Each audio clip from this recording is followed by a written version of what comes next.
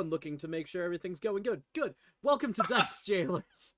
Hi, My name is Jordan, I'm Bjorn. and this week we are revisiting our first episode as a happy 50th episode. We are Yes, revisiting our first the episode. episode, greatest episode we ever did. Yep, it was lost to the internet and my old hard drive. So there's no evidence that we ever had a first episode, but we did. It We really promise. is. And we talked about all of our favorite tabletop superstitions because Yes, our name is one. But it's a big part of yeah, but before we get into all of that, Bjorn, how you been, bud? it. Really, really good. I took a few days off from work, just needed to decompress, needed to just relax and breathe. Spent a couple days up near the Canadian border, up at Semiahmoo, and honestly, most of what I did there was just look at the beach, look at the tide, watched a couple sunsets, had a little food, had a lot of drinks, and then I had a few more drinks, and it was great. And I had no responsibility for a couple days. Came home to my cat being pissed at me, but that's okay. She was taken care of. A neighbor was checking in on her, but she doesn't like strangers. So, Right. but yeah, and then I have a callback next week, which that's exciting to be doing that. I start my vocal coaching sessions next week to possibly try and get into some voiceover work, and yeah, it has been a really really good couple of days. Oh, and I'm talking with a buddy of mine to figure out what sort of system I need so that we can actually record the next campaign, like we've been talking about, Yep. because without the hardware, that's just a thing that's not going to happen. So he's going to help me figure out what kind of operating system I need, what kind of laptop would have enough ports to run 4 cameras all at once and have enough hard drive space to record it. And we'll see where all that goes. So that's fun. Oh, and sixth and lastly, tomorrow night, have tickets to go see Scott Shoemaker's Ms. Pac-Man, which I love everything Scott Shoemaker does. I think he's one of the most talented performers in Seattle. War on Christmas is the best Christmas show that is done in the area. Every time he's been in Ben de la Creme's Terror of Gaylord Manor, he steals the show. I love Scott Shoemaker, and so I'm really excited to see this iteration of Ms. Pac-Man. Yeah, that's gonna be dope. I wish I had What the about you, man? time to go see Yeah, it. what's good? Uh, I'm fine. Uh, it's it's weird shifting from like an all acting and like doing very little during the pandemic to a full time in-person job, Right? uh, which is also starting to get a little terrifying because now 1/4 of all new COVID cases are children, and I work at a school. Oh yeah, yeah, that's the thing. Ugh. Yeah. So just every little cough and sniffle from those children is a little just no, no, no. I don't know if you've been dealing with this thing I have. I have allergies year round. And every Mm. time I even have a sniffle, or if I have to like wipe my nose or something in public, I feel like everyone's looking at me like I'm patient zero. Yeah. See, I'm lucky enough that my seasonal allergies are very well controlled by a generic brand Zyrtec. That's good. So That's good. yeah, I'm lucky. It's also what keeps me from completely dying when we would play at your place because you have Clio. Yep. Yeah. Yep. Yes. Yeah. Oh, Smart thing is I always remember to warn people there is a cat here and there is cat yeah, dander everywhere. everywhere. Uh, So thing that I should mention because it's in the place of yes, honor over your left shoulder. That's the portrait. it That is. is the It is. wonderful Actually, you know portrait. what? Here. Yeah, bring it down. That's the thing that like 6 of you have tuned in because of. And I think Bjorn, yeah, you froze for a second, but it was perfect because it was perfectly in frame. Uh, Yeah, all of that is mounted. That's super cool. I wanted you to show that off, because I too have a thing to show off. Uh, Nice. it's a commission that I had a friend of mine do. You can find all of their stuff at, it's just called their Instagram, and I think all of their socials are Stuff by Stevie, and they love to make weird things. I like weird. Let's see how weird this gets. And so I commissioned them to make this cross stitch for me That is because I awesome. fucking love Guy Fieri. And I do too. I actually I love him unironically. You know, right? like I know a lot of people want to dunk on him left and right, but like this is a guy who's done a lot of really good charitable work, has given a lot of free food to first responders. I heard he got Yeah, ordained so he could officiate a same-sex wedding for some friends of his. Like, he did. okay, he's got frosted tips and he's loud, but I He's don't so feel like, great. yeah, like that's just who he is, man. Like I dress like I still think it's 1991, and you know, Is it not? Soundgarden is gonna be putting out a new album. Like that's we are who we are. So yeah, I unironically love But Guy yeah, Fieri. I my buddy Stevie, she made that. You can find all of her stuff at Stuff by Stevie. Uh, it's she loves to make weird shit, I gotta check like that out. cross That's stitch. something I Like she's getting into felting. Like it's so dope. It's like that's been like the happy for me over this last week was like getting that from Stevie finally finished, and so good. it's been a lot of a week. Uh, one might say this was kind of my like even balance of lucky and unlucky week. I mean, sometimes it's just how it is, and it's hard to balance it. It's because you can't control it no matter how much you try. But you want to do anything you can to control your luck. Again, Because, you know, especially with most of what we do, luck is a big part of it. it is as much as we try and deny it, and we will try and alter it in ways that we can control, such as okay, I need to make this difficult roll. Can I get guidance? Can I get bardic inspiration? Mm. Can I get advantage? Whatever. And then we do our things that deep down we know they probably don't do anything, but we try it anyways because we're just superstitious like that. Very superstitious. And that's the segue. Stevie Wonder's your segue, baby. It is. It is. I mean, Uh, Stevie Wonder's the right answer though. I love the man. But so yeah, we're gonna talk Yeah. about tabletop superstitions because that's where like the name of our channel comes from, and we Yeah. have many of them. Yeah. Do you have like going back? What is your oldest superstition for any sort of gaming for yourself that you can think of? Like, do you have one where like, nope, this is this is how I am. This is how I've always been. I think my oldest superstition when it comes to games, uh, not even specifically tabletop games, Sure. but my like oldest superstition that I remember from any kind of game, was playing Pokemon on Game Boy because Yeah. you must hold down the A button the entire time that Pokemon is in the ball, and it'll make your chances of catching it better.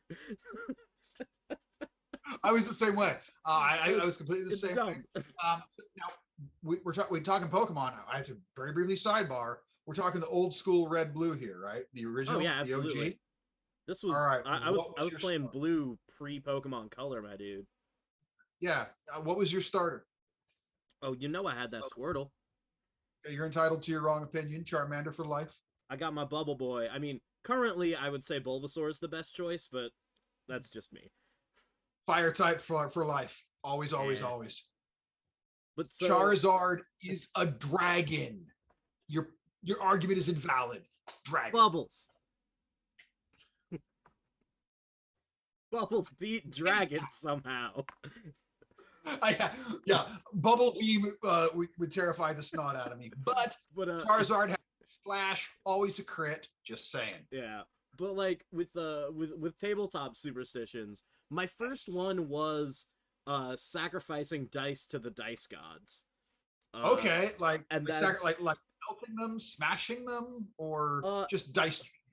Specifically, when I went to get my first set of dice, for it wasn't even D&D. We were playing the Star Wars pen and paper.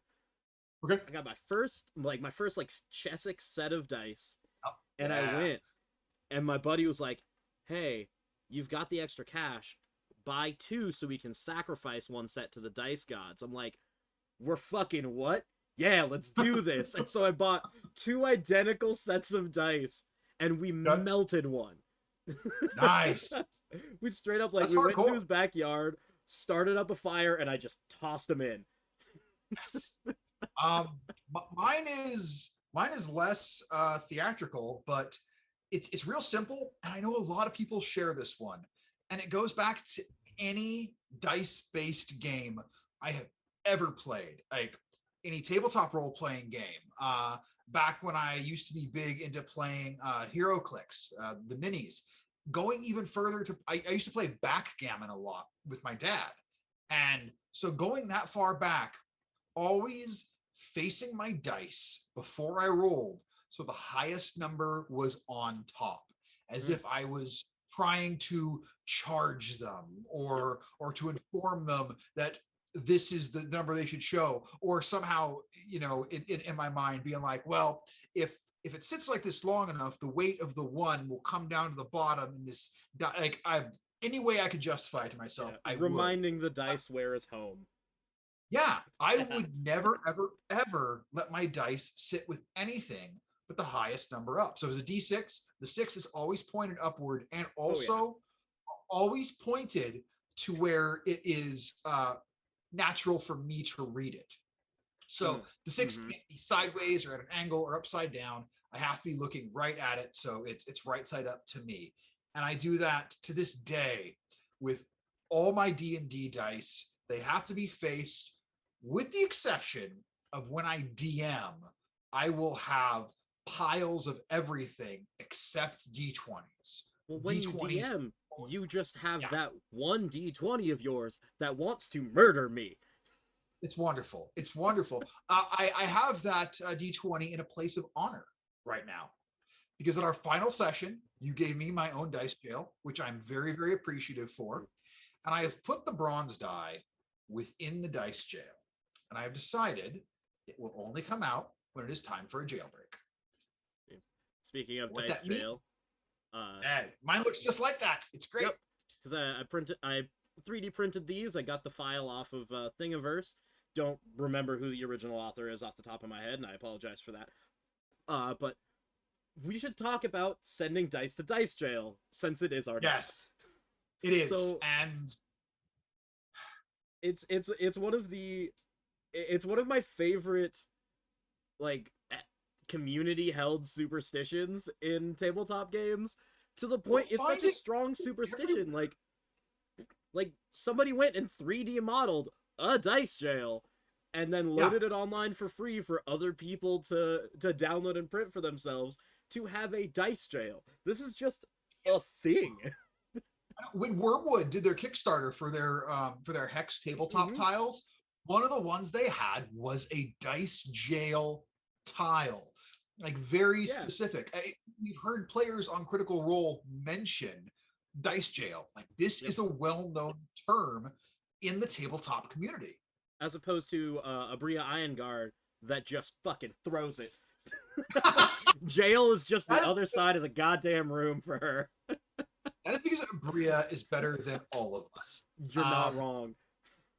I will say, from a stylistic standpoint, there is no one as a DM who I like more than Matt Mercer, because his style is the kind of game I would want to play in, and I try and emulate a lot of things he does because I like them. Mm-hmm. That said, I think Abria is the most entertaining DM Oh I yeah. have ever seen. The way you see the interaction with the players, the fact that this die keeps rolling a nat one, and so just grabbing it, just It's yeeting just it across the studio without a second thought.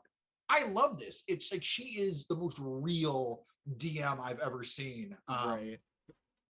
It's her world, and we just get to play in it. But yeah, she has no time for dice jail, because She's not going to allow that die to come up for parole. She's more powerful than Dice Jail. She's the Really Dice is. Executioner. Yeah, I would say I've encountered many people who believe in and utilize Dice Jail, but I'll never forget. It was one of our first, if not our first session here at my place for the campaign. As Jordan produces what I can only describe as a hefty bag worth of dice. Yeah, and empties them into a rolling tray. And this rolling tray was not made to There's fit. more. I don't have them on hand. I know. It wasn't made to fit all your dice.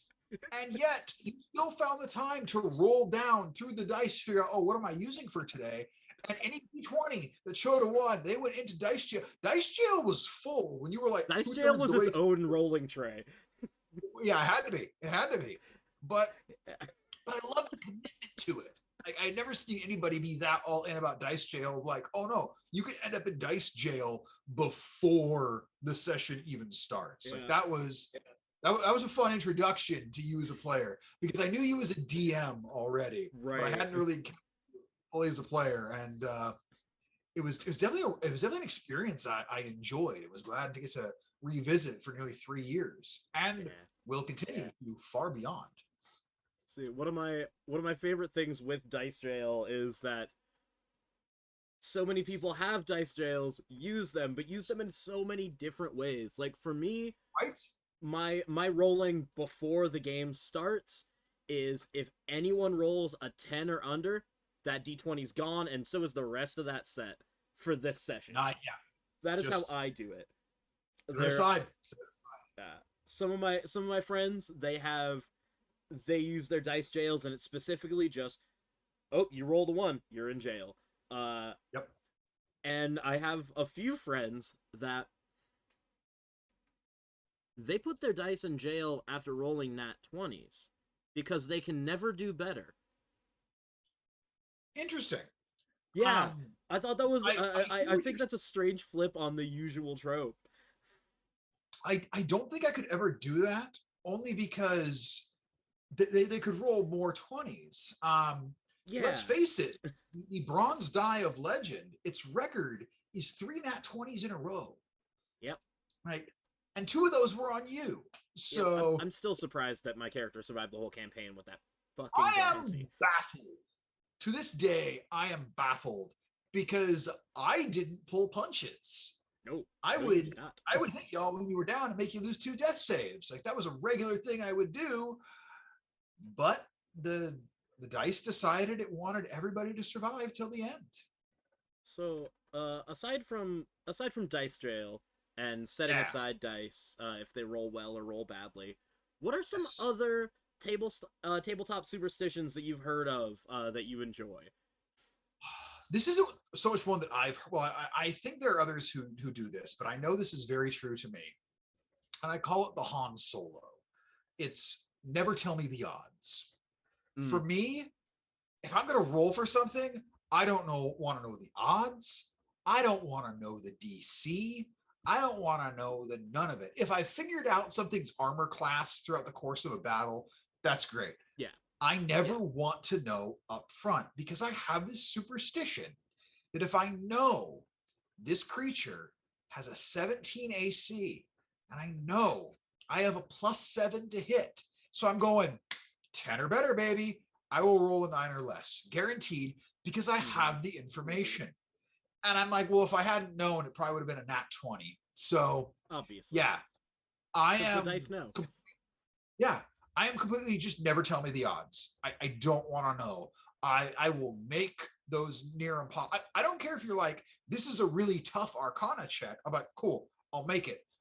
But don't tell me it's a DC 25. Because then you roll a 24. I will. And I don't want to know I missed it by 1. So that's my big superstition for myself, is never tell me the odds. The only times I will tell my players what a DC is if I'm asking for a round of perception checks, and then once everybody's rolled, I'm just going to say, okay, 18 or above, who got it? Right. But I try and give the information after they've rolled, Or if I just need it to move quick, those are the rare times I'll go, hey, make a round of perception checks. DC's 15. If you get less, don't tell me. Because it's not dramatic. But if it's a dramatic moment, I'll never tell you. Because if I tell you the odds, it just won't go well. That's fair. So what about you? What are some other ones that you absolutely Uh, either have for yourself or geek out about? so this is not one that I have for myself. But Okay. it's one that a buddy of mine told me from a game that he played with some people that he met that like they couldn't go to PAX this year because they were all like, "Hey, that's still a convention. We're gonna not." But Mark. they'd usually like meet up and play D&D at PAX, and so they Sure. played virtually. And this dude, he gave his D20 a pep talk every time he was about to roll, and like, and because when my buddy told me, I was like, no, but every time, and he was like, every time. It That's slowed the game beautiful. so far down. But the man Yeah, straight I up guess that is a problem. was just, all right, you got to do this good, because if we don't, we're falling into the river. We fell into the river. Knows how far that pep talk went. Yeah. And so, like, something like that, yes, it slows down the game, but I'm almost okay with the commitment to the bit. Sure, sure. There's a level of consistency. You know what you're getting out of the person. Yeah. It happens once. You're going, what? Somebody else explains. Oh, this is just what they do, and so you know consistently. Hey, this is what I'm going to get. And that's kind of what I love about like tabletop superstitions and super like all superstitions in general. Sure. Just like they're so, for the most part they're fun. Most of them are. Some people, I think, take them a little too far, Yeah. but most of them are enjoyable. And of course I also have the one for myself that okay, I'm not proud of, Sure. but ever since I started to collect more like things and more sets of dice Yeah. and just like tabletop stuff, I I have this superstition in my head, and I don't think I've even told you this one, but I never trust my rolls to go well unless they are in a tower. Really? I just straight up like ever since that I got my dice tower, I have this superstition in my brain that just like every time it's an important roll, it's going in the tower. I am not just throwing it in the tray because that tray hates me. That's why right now that dice tray is over at Stevie and Logan's place for next time we play, and I let Logan use it. It's like no, that tray fucking hates me, and I if the roll matters, no, it's not going in the tray. See, I sort of have an opposite superstition with dice. I I won't use digital dice ever. I won't. Mm, I won't unless I'm rolling so many dice that it's absurd. Like my limit is 20 dice. And I say that because of the 20d6 involved in Meteor Swarm. You roll 20d6 bludgeoning and 20d6 fire, and I will roll rude. those. And once, yeah, Rude it's a to great mention that fucking cursed spell. love that spell. But once I get beyond that, it's like I'll just use a digital roller. I don't want to have to keep track of all the math and Yeah. that stuff. But I also don't like using a tower because, especially with a d20, because when I roll, I have a very specific way I like to roll where I Right. try and get a certain type of spin on it. Like just the way it comes off my hand, I want a certain spin on that d20, and I don't trust it otherwise. I can only have the one way to roll, and I also have So very set you rules. got the Sam Regal just Yeah, it drop with just a flick. I set the d20 right there, right on the edge of my palm, and I snap it away like that and Yeah. let it roll. And that's how it has to be. And I have very set rules for roles that can be accepted, and Mhm. I am consistent about this. If the die goes on the floor, it doesn't count, and it has to be re-rolled. it does not matter what the result is. It can be Mm. shown a 20. I will re-roll it. The same thing, if it bounces out of my tray, I only accept results that stay in the tray. Again, Mm. it can bounce out and show a 20, and I'll go, it's out of the tray. It doesn't Right. count. Because I have this superstition that if I don't have that consistency with it, I will end up averaging out to worse rolls Right. overall. And I've had it happen where my D20 bounced out and it showed like a 16 and it would have hit. I'm like, no, no, no, no. It's got to be in the tray. And I re-roll and I get a 2 and I miss. And I go, well, that's the roll. That's just the way it be. Yeah. Yeah, I know. So I've got a buddy of mine, Dre. I think you know Dre. I think so. I think we met. Yeah, tall, skinny, black improviser. Yes. Yeah, that Dre.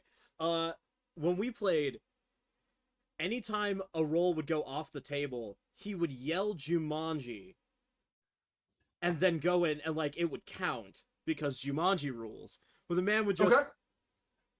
Jumanji, and every time that he said Jumanji, the roll off the table was good.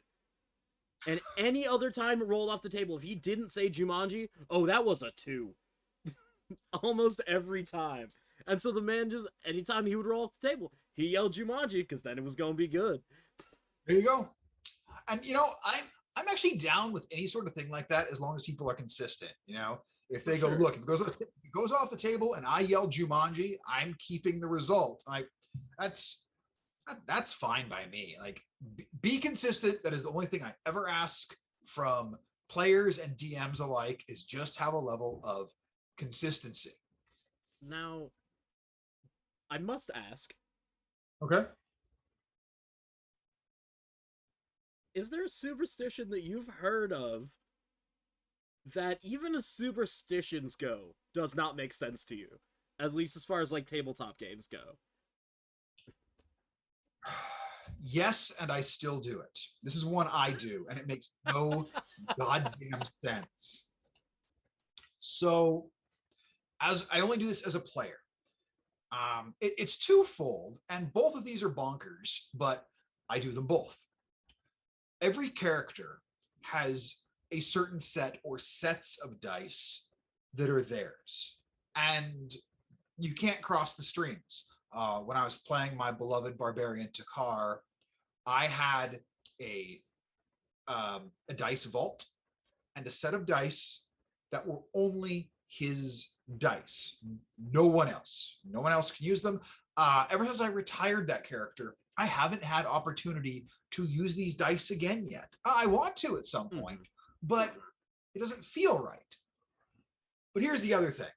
So before every session, I would, starting with a d20 and working my way down to the d4, I would roll each die over and over until it got its highest result, at which point I would very carefully set it so that high result was showing as if I was reminding it, this is what you want to roll. Okay. Doesn't matter how many times it takes to get to the result. No way it can go in dice jail. Because again, remember, these are his dice. Mm-hmm. So that D20 can roll a natural 1 10 times in a row. And it could take me 30 rolls to finally get that 20. But once I do, it's like, okay, you're ready to go. Now the D12, now the double digit percentile die, then the 10, 8, 6, 4, descending. Right. Have them all lined up for use. And yeah, that is how I am to this day with characters. My wizard, I start with his 2d20s and I work all the way down to the d4 before every session. I can't just take them and face them with those numbers up. No, they have to be rolled. And if I don't do that, I will be rolling as we start the session. I'll be paying attention as I can, but it has to happen. And that is just my little weird thing. I've seen other people who have to, roll those results to see which dice are good, which ones are hot, which ones are not, and the facing them. But oh yeah, specific dice for the character, and they must be rolled up beforehand, and it must be at the session. Like I can't roll up at home a couple hours before, pack them up, carry them, and set them there. No. After they come out of their container, Now they have to be rolled. I feel like So that little like trial by fire kind of thing. yeah, people could be having like they'd be chatting, having some snacks, maybe having some drinks, catching up on the last week, and there's me over at my chair just rolling these fucking dice. As I'm That like, come on, get that. don't don't Bitch. do don't do that where the screen break is. That's not. Nope, That's that's gonna get clipped. So yep. Well, here we are. Yep. this is the universal symbol for rolling dice, isn't it? That's absolutely not. That Ah, no. That's just your specific role. Which saying that you made it know, so much worse. all I can say is if somebody does click that, with how far up my hand is, I would have a very different career if that were true. Considering where this chair's at, I'm just, We are online, sir. I teach children.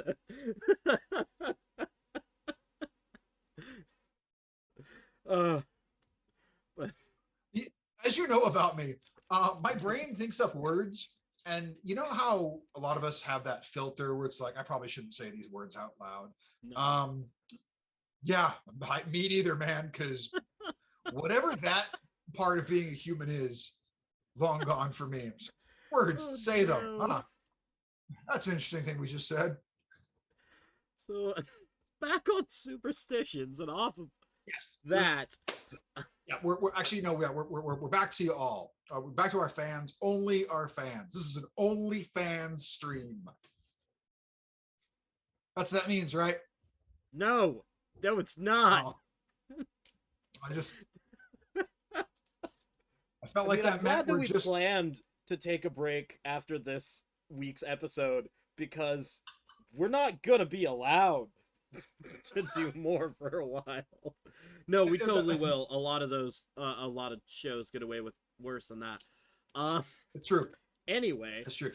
We don't even like ride the line of yeah, decency. no. Ours are pretty tame.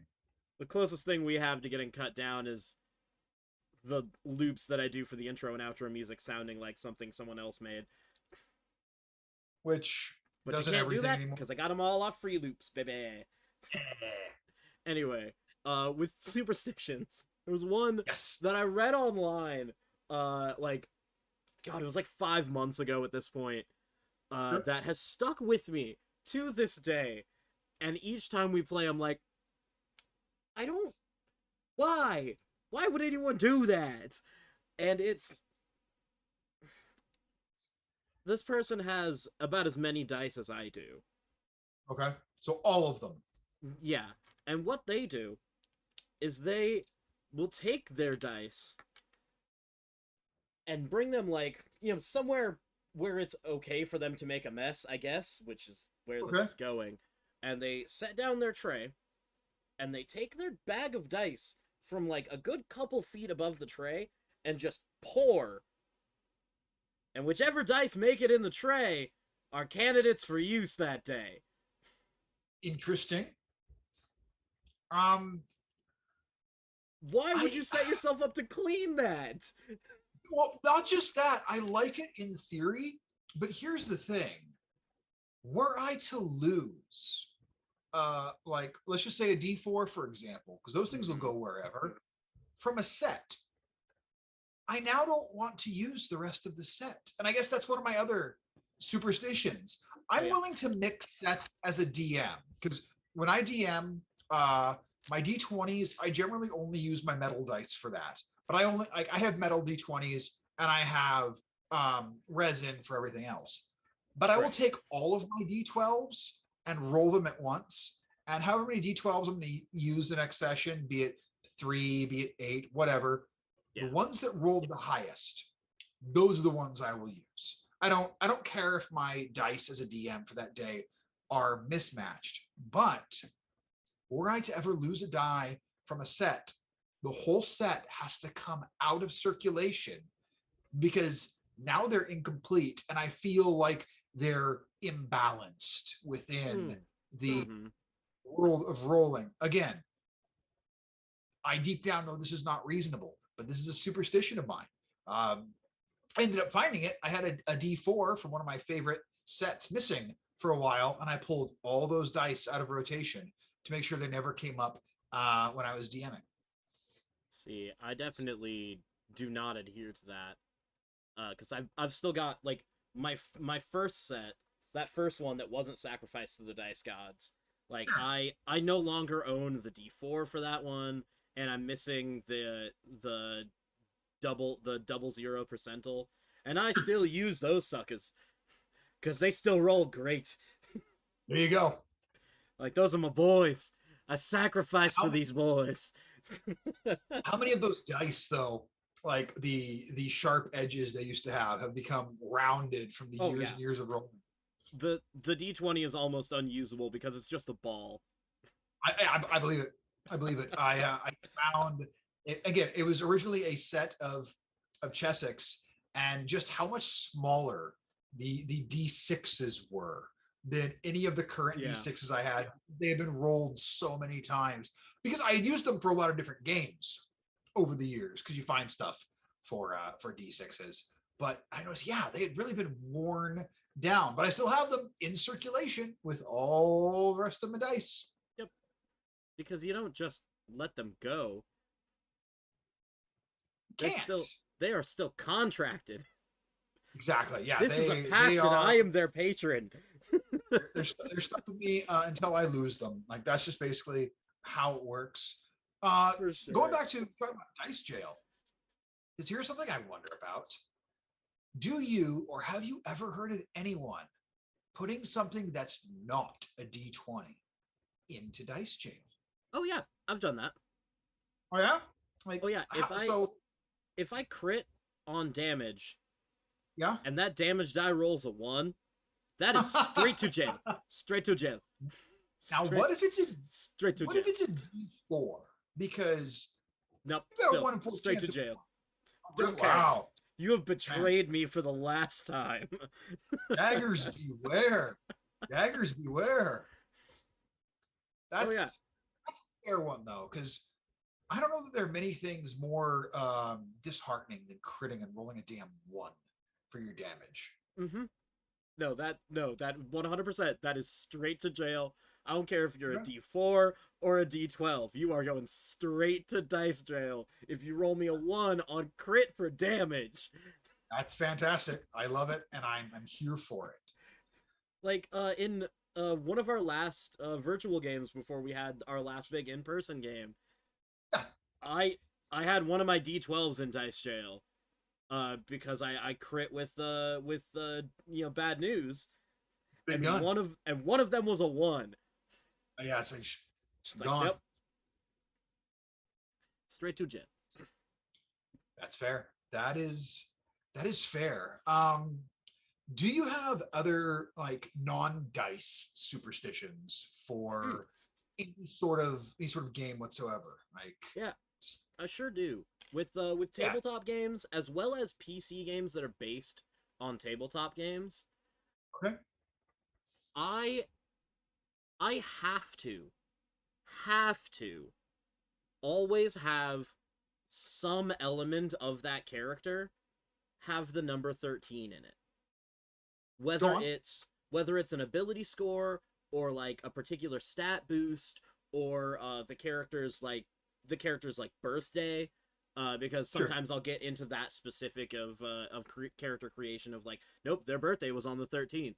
Yeah, it was a Friday. Uh, but there's something in me that there has to be Yeah. something that is 13 in whatever aspect of my character there is. There has to be some kind of 13, and I don't know, it's just a thing that I do because like Friday the 13th has never been an unlucky day for me. Okay. So some people's superstition is it's a bad luck day. It's been a great luck day for me Yeah, you're like I'm down with it. It's my thing. because I'm down with Freya. Even though you're allergic to cats, like it's an interesting Freya Details. relation.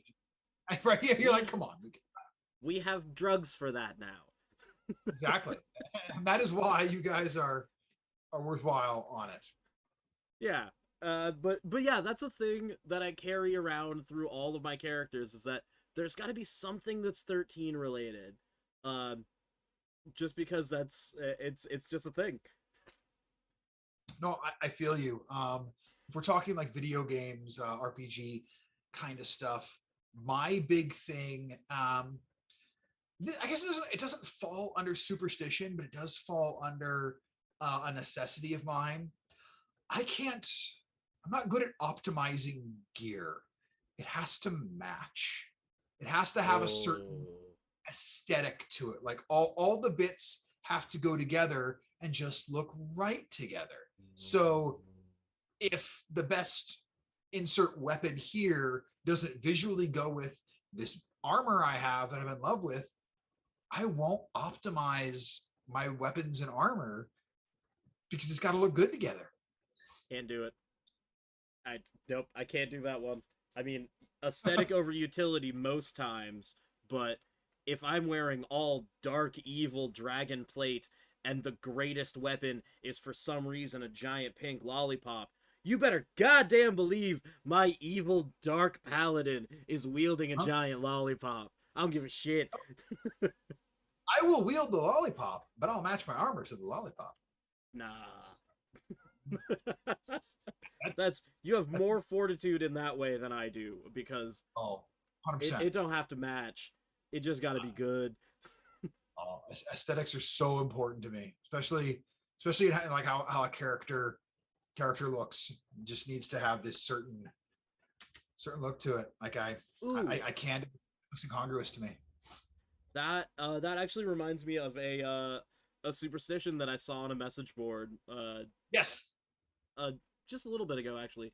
There was a person that if they could not make their character fit a particular aesthetic, that Okay. character just did badly until they could get back into their aesthetic.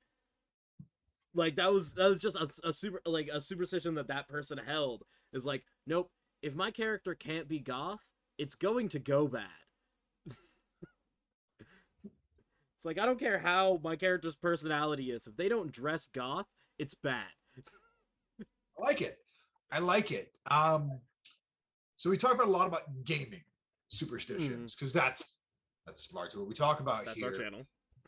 But you and I are also both performers, Yeah. and actors are notorious for their superstition. Now, I would say probably the most famous and the biggest one is you don't say Macbeth. Yep. Obviously, I don't subscribe to that one. Uh, Never See, have. I do, But but only if I you're know people. backstage. So yeah, I know people that if you say the name of the Scottish play around them, they are just all wibbled out, and they have to go through their process. Mhm.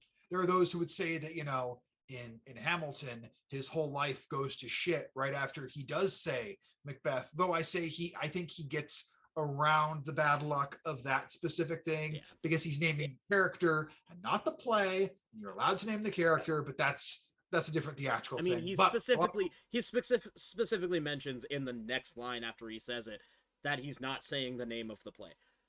yeah, Yeah. exactly. It's like I'm not going to name the play. They think me Macbeth. They think me this character, but Yeah.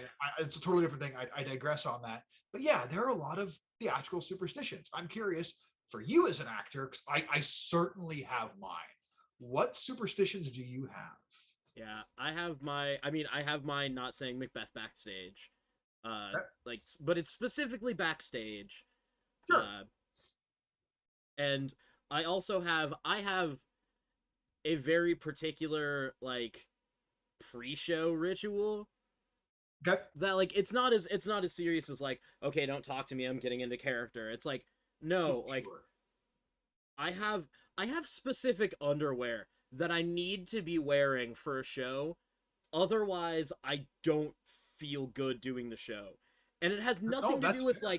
it has nothing to do with like combining with the costume or like not showing up under a costume as opposed to like maybe part of it sticks out as some really short shorts in a show for some reason. But like Right, right. it's just I have I have my lucky boxers. I've got them. Uh, as well as I've got uh when I'm walking to the show, I must walk at least a block or two from whatever like closest bus stop or Like if I get a ride with somebody, I will take a walk before I go in the theater. Uh, and I need to rap something to myself in my headphones. It's partly a vocal warm up, but it's just kind of like what I do. And then I'm able to like go in and get ready and do whatever else needs to be done before the beginning of the show. But those like lucky boxers, walk, rap. No, I feel you. When I do auditions, I have to build an ensemble for them because I have to feel right going for it. Now that my hair is long again, I have to have some product in my hair before I audition or do a callback. It can be the smallest amount. It doesn't have to be visible. I can literally take a teardrop's worth of gel or And hair just kind paste of or a whatever. quick meh. Yeah, and it can make no difference on my hair itself, but it's just the idea of it being there. If it's a role I really really want, I have a cologne I'll wear Oh yeah. because it just gets me in that headspace. And I know that again they're all superstitious things, but this is a case where I'd say I think it does have some bearing on the outcome because I feel uh, more confident. Mm-hmm. I like you when I'm performing, I have to have certain rituals. For me, it changes show to show Oh. where I will build a pre-show ritual based on the production I'm doing, and I have to do the same things every time. So before a certain entrance or maybe during intermission, I have to go through a certain process Mm-hmm. because if I don't, I just don't feel right. So I always build my own backstage pre-show or pre-entrance process because I just don't feel right not having it. And For sometimes sure. that it's as simple as I have to check in with certain actors backstage before I take the stage, or I just feel off. Do you have a particular superstition or like pattern for games, for theater, for whatever that you would consider to be your silliest? um, I don't know if this is silliest, but this is definitely my most consistent. Is never, ever, ever, ever, ever saying or suggesting, I've got this. Never Okay. insist it's in the bag. I don't care what it Okay. is. Like, I won't sit there and be like, oh, there's no way it can't happen. But I won't go, nope, I've got this beforehand. Now, I'll walk out of an audition or out of a callback going, that felt great. I couldn't do, there's nothing else I could have really done. Can't think of any other choices I would have made. Mm, I'm happy with my work and I would cast me based off of that. I'm willing to go that far, mm.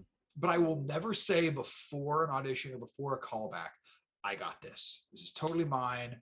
I'm going to nail this. I will never say before a performance, I'm going to be amazing. I know this. This is going to be awesome. I won't say before a dice roll, I got this. No problem. Because I'm convinced. The second I put that out there, um, just the law of womp womp will cause that natural one to happen. Did you So just say the law of womp womp? sure did. Yeah, I did. Yeah, that's. I don't know if that's a real thing, but it is now because I It is figured now. out. Yeah, but I think anyone hearing that knows what I'm talking about. Yeah. Where you're sure everything's going to go great, and then it just doesn't. Right. I can be naturally pessimistic, so maybe that's partially where that comes in. But I won't ever be like, "Oh, this is totally going to work out. It's going to be Mm. fine. Don't worry about it." No, because I will worry about it. Worrying about it is my brand. I'm very That's good at that. anxiety, my dude. Yes. But that also goes into unless I have figured out that it's mathematically, I won't quite say impossible, but so improbable it's not worth considering. Um, our beloved Seahawks, they kick off this Sunday. Yeah. I will not say during a game, this is over, Yeah, no. unless, yeah, That's a if big old however, sports superstition right there. it is, it is. However, let's just say the Hawks are up by 21. Don't It's say the it. fourth quarter. Don't say it. There are 2 minutes and 15 seconds left, Don't say it. and the other has no more timeouts, and they have the Don't say ball. it. Then I'll say, this is over because all they have to do is kneel on it and punt it, and the clock will run out. No, don't say it. No, don't say. Don't say it. Don't say. Yeah, see, you're of the type that thinks they're going to fumble the kneel down, turn it over, and somehow give up 2 onside kicks. That's only because I've seen it happen. But yeah, I don't like to ever say a game's over until I see all zeros on the clock. For sure. Like there are a couple times where yeah, I have prematurely been like, no, this is over. Super Bowl 48, for example. Um, I was sure that game was over when there was still time left on the clock when Doug Baldwin punched in that last touchdown. I mean, yeah. And I went, it's 43-8, guys. It's over. Yeah. See, I'm of a slightly different train of thought when it comes to the superstitions you mentioned because no, Sure. never fucking say it's over if it's a sports game. But on the flip side, when it's about myself, Okay. I must say I got this. As part of a like superstitious ritual. I Just to must put do it. Sure. It's just like theater before like I go up on stage for karaoke even Yeah. like most times really I'm just like if I don't tell myself I've got this, it will go badly. And I Fair, have fair. anxiety the entire time it's happening if I don't get the Sure. chance to go, "Hey, you're fucking great, bud. You're going to do this." Uh yeah, I have to tell myself that I've got this. Otherwise my anxiety will run high. That is fair. Like just having that moment to go through uh with yourself. I've had it where I have to have certain food or beverage during a day before a Mm. performance, or even a certain post-show drink I have to Yep. have during the course of the run just to keep things going, just to Oh. keep it fresh. Consistency. Mm-hmm. I did remember one tabletop related thing that I have mentioned or that I I would didn't love. mention that I wanted to was that I don't know what it is about myself and who I am as a person, Okay. but at least for superstitions, if we are rolling stats for characters, Uh-huh. I don't personally believe my d6s can do badly. It's just my superstition of we're gonna fucking archer this and just like as long as I don't give a shit about these rolls for character creation, my character's gonna have some jacked out stats. That's a legit one. Like I feel you on the not caring about roles for things. I conversely won't roll stats for characters for the most part because historically I don't usually roll well. And then hilariously, when I was playing the campaign that Takar was in, one of our Mm-hmm. players had rolled stats.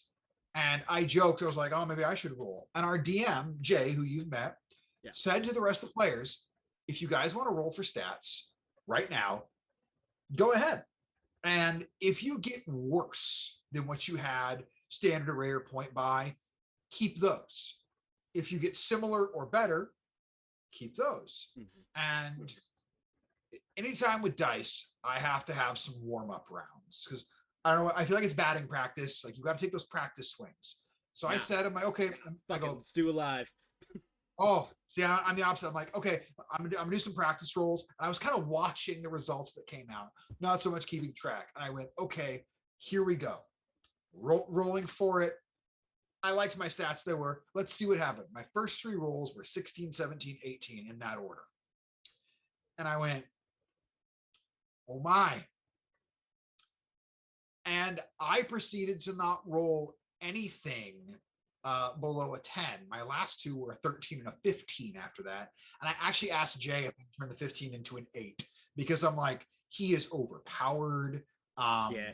I want that 8 intelligence, but I don't want the 13 and the 15 so bad. I'll put the 13 in wisdom. I'll put that 10 in charisma. Let's turn the 15 into an 8 and throw that guy in intelligence Right. because otherwise he's going to be broken. He's just too good.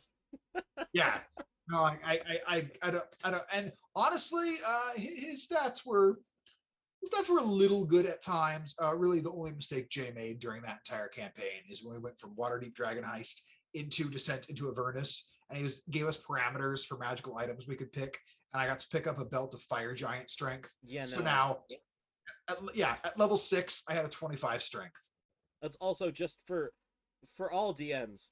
If there's a barbarian in the game, Yep. do not have a belt of anything strength. No.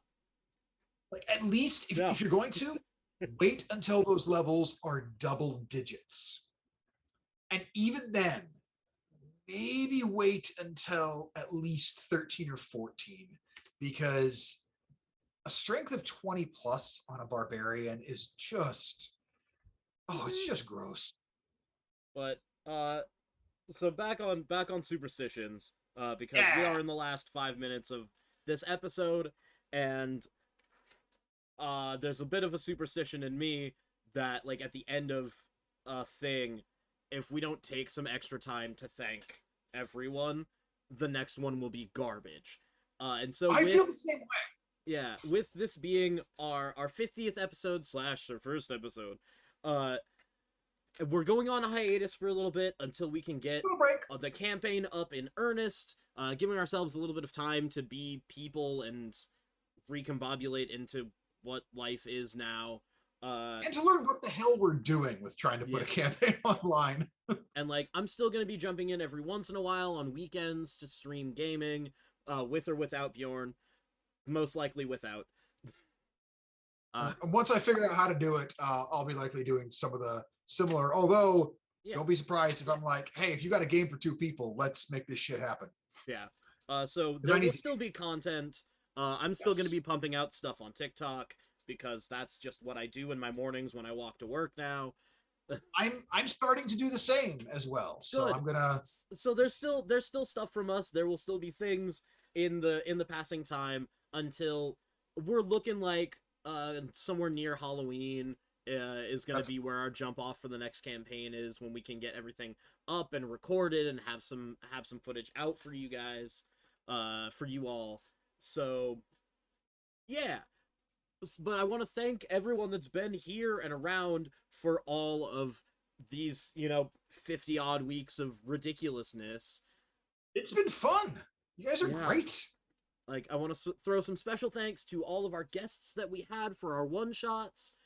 Yes. I want to thank one of our most consistent viewers until school got in the way, my buddy Mike Gilson, who came through and watched almost every one of our episodes live with us in the beginning and up until, like, I think it was like episode like 40 when school got in the way and he couldn't watch live. But yeah, like, thank you, Mike. Thank you, Dana. Thank you. There are so many people. I mean, Thank you, Shanks, Craftsman Craft Shop, Anthea. for being awesome. Yeah. It's been a weird, fun talk show for us to do. Yeah, this is like one of my few things out of the pandemic that I'm like, hey, something cool actually came out of it. Let's do this thing before Critical Role and just talk about games and shit. And yeah, and honestly, I'm really excited for the next campaign and putting it online for people to watch in bite-sized chunks. I think it's going to be great. And anybody who's willing to stick around and find out, it'll be fun. It'll be a story worth telling. I mean, most of all because Jordan, you already did the campaign. You guys are such great players, and you give me a lot to work with. So it's this wonderful symbiotic relationship do we you have in want to, storytelling. in our last minute, because Yeah. you've already been building a little bit of the world, Do you want to give a Yes. little bit of a world preview? I will. So this is a world where Norse mythology is the primary mythology that binds the world together, and there are some other religious sects. You will find a world where politics and religious oppression and the aftermath of a war with very unhappy people on both sides exist. You're going to have characters that have to exist sort of on the fringes of society because there are the freelands. And while the freelands don't have much, the freelands are where you can be who you are. You're going to encounter a kingdom that is largely based in religious ideology where all citizens are provided for, some more than others, as long as they follow the proper teachings. Um, there'll be there'll be some dark elements where you're like, oh, I know this is a nod to in history. There's gonna be some very Spanish Inquisition type stuff. There's gonna be some stuff where you're like, ooh, this feels a lot like Palestine. You're going to encounter a lot of those themes, and the idea is going to be at what point, at how many generations past, can you consider somebody being wrong? If land is directly stolen from a native group, and then the colonizers who took it build a somewhat utopian city in it, and all who came to that city searching prosperity, who had nothing to do with a colonization they knew nothing about, have now found prosperity, how do you deal with that? Because you can't blame the people who didn't know anything about it, who came there, who just thought, oh, this is a place where I can thrive. But those who learn the truth are going to have some hard choices to make. And so that's the story I want to tell. Is I Oh want hard shit. choices. I Oh want shit. I want everything to feel far more real and far more human. Where I don't think I'm going to use this, but just an example of what if we talk about in our ships. What if an airship is powered by an air elemental, and then the players realize this elemental has consciousness and it has feelings and it's in pain? What do you do about that? What do you do about that when you are relying on this airship to stay in the air for you to stay alive because none of you can fly? So I want to put morality into question sometimes, and I want to give my players situations where I really don't know what they're going to do. This is fucking exciting. For all of you, Yeah, like, Bjorn just dropped a number of things that I didn't even know about the world that we're getting into. So, holy yeah, shit, it's dope as fuck. yeah. When I said I was up in Siniamu for a couple of days, that's actually most of what I did when I was up there. Was kind of do world building, work on the maps, started drawing up some borders and deciding, okay, what has happened here. So like I know we're way over, but the Yeah, smallest little taste I'll give is there is an area in the mountains to the north known as Crimson Ridge, and it's called Crimson Ridge because there was a battle that waged there that lasted for the better part of a year, and the snow became stained with all the blood of everyone who fell. And eventually, the empire to the east conceded that the foot of the mountain would be the border between the two lands, except the dwarves from those mountains, who were citizens and who have allegiances to the kingdom of the east, that had to be relocated out of a treaty that was signed, still have very harsh animosity towards A, those who now are on their mountain, and B, those who allowed that to be signed. But yeah, this story will take place not long after that border was drawn up. It's the two sides are very much in a cold war where there's still extreme hostility, but there's a ceasefire that's really held together by the thinnest threads. love But it. you have people on both sides who have different feelings about a lot of things, and you'll get some cool, wonderful religious stuff as well. but that's And watch us as players go to none of it. that I'm not worried about because I have something you all won't be able to resist. I won't say Fair. what it is. Well, this has been so much fun. To close out episode 50/1, had to Brian Foster at least once. You really just did that right there. You made that Yeah, happen. no, I love Brian Foster. I too enjoy people who smell like cabbage. But to close out our episode 50/1, Bjorn, what do we always say? con is not a dump stat. God damn it, Bjorn. No, I'm not sending us over. I'm not ending the show until you say the actual close phrase. Do something nice for yourself this weekend. There we go. Gods.